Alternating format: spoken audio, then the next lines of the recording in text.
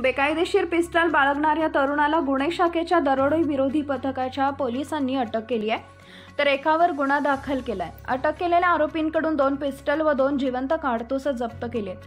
ही कारवाई रविवार दिनांक 28 एप्रिल 2024 रोजी रात्री 9:15 वाजेच्या सुमारास आळंदी पोलीस ठाण्याच्या हद्दीतील मरकळ गावात केली।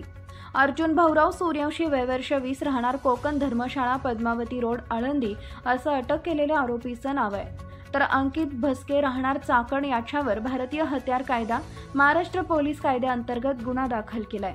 याबाबत पोलीस शिपाई सुमित दत्तात्रय देवकर यांनी आळंदी पोलीस ठाण्यात फिर्याद दिली आहे। पोलिसांनी दिलेल्या माहितीनुसार लोकसभा निवडणुकीच्या पार्श्वभूमीवर गुन्हे शाखेकडून बेकायदेशीर शस्त्र बाळगणाऱ्यांवर कारवाई करण्यात येत आहे। आळंदी पोलीस ठाण्याच्या हद्दीत दरोडा विरोधी पथकाचे पोलीस अधिकारी व अंमलदार पेट्रोलिंग करत होते। त्यावेळी पोलीस पथकाला मरकळ गावातील माऊली इंजिनियर हार्डवेअर शेजारी एक व्यक्ती उभा असून त्याच्याकडे पिस्टल असल्याची माहिती मिळाली। त्यानुसार पथकाने त्या ठिकाणी जाऊन आरोपी अर्जुन सूर्यवंशी याला ताब्यात घेतले।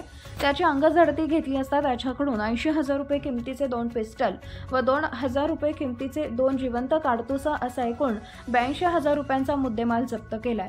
पुढील तपास दरोडा विरोधी पथकाचे पोलीस उपनिरीक्षक भरत गोसावी करत आहेत।